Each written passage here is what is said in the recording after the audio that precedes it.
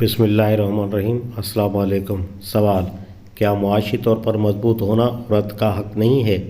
جواب: سب سے اہم اور ضروری چیز جس کی بدولت تمدن میں انسان کی منزلت قائم ہوتی ہے اور جس کے ذریعے سے وہ اپنی منزلت کو برقرار رکھتا ہے، وہ اس کی معاشی حیثیت کی مضبوطی ہے۔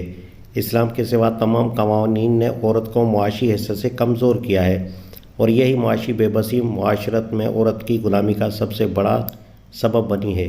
یورپ نے اس حالت کو بدلنا چاہا، مگر اس طرح کہ عورت کو ایک کمانے والا فرد بنایا۔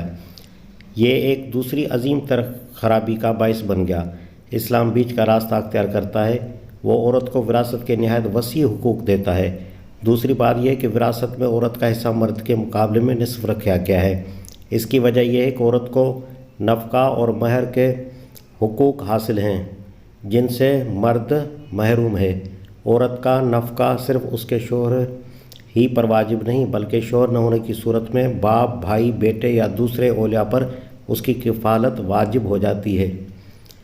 باپ سے، شوہر سے، اولاد سے اور دوسرے قریبی رشتہ داروں سے اسے وراثت ملتی ہے۔ نیز شوہر سے اسے مہر بھی ملتا ہے، اور ان تمام ذرائع سے جو کچھ مال اسے پہنچتا ہے اس میں ملکیت اور قبض و تصرف کے پورے حقوق اسے دیے گئے ہیں، جن میں مداخلت کا اختیار نہ اس کے باپ کو حاصل ہے، نہ شوہر کو، نہ کسی اور کو۔ مزید برآں اگر وہ کسی تجارت میں روپیہ لگا کر خود محنت کر کے کچھ کمائے تو اس کی مالک بھی کلیتاً وہی ہے، اور ان سب کے باوجود اس کا نفقہ ہر حال میں اس کے شوہر پر واجب ہے۔ بیوی خواہ کتنی ہی مالدار ہو، اس کا شوہر اس کے نفقے سے بری الذمہ نہیں ہو سکتا۔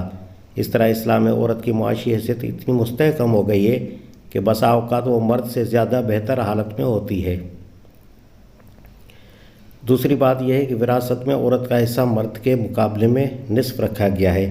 اس کی وجہ یہ ہے کہ عورت کو نفقہ اور مہر کے حقوق حاصل ہیں جن سے مرد محروم ہے۔ عورت کا نفقہ صرف اس کے شوہر ہی پر واجب نہیں ہے، بلکہ شوہر نہ ہونے کی صورت میں باپ، بھائی، بیٹے یا دوسرے اولیاء پر اس کی کفالت واجب ہوتی ہے۔ پس جب عورت پر وہ ذمہ داریاں نہیں ہیں جو مرد پر ہیں، تو وراثت میں بھی اس کا حصہ وہ نہیں ہونا چاہیے جو مرد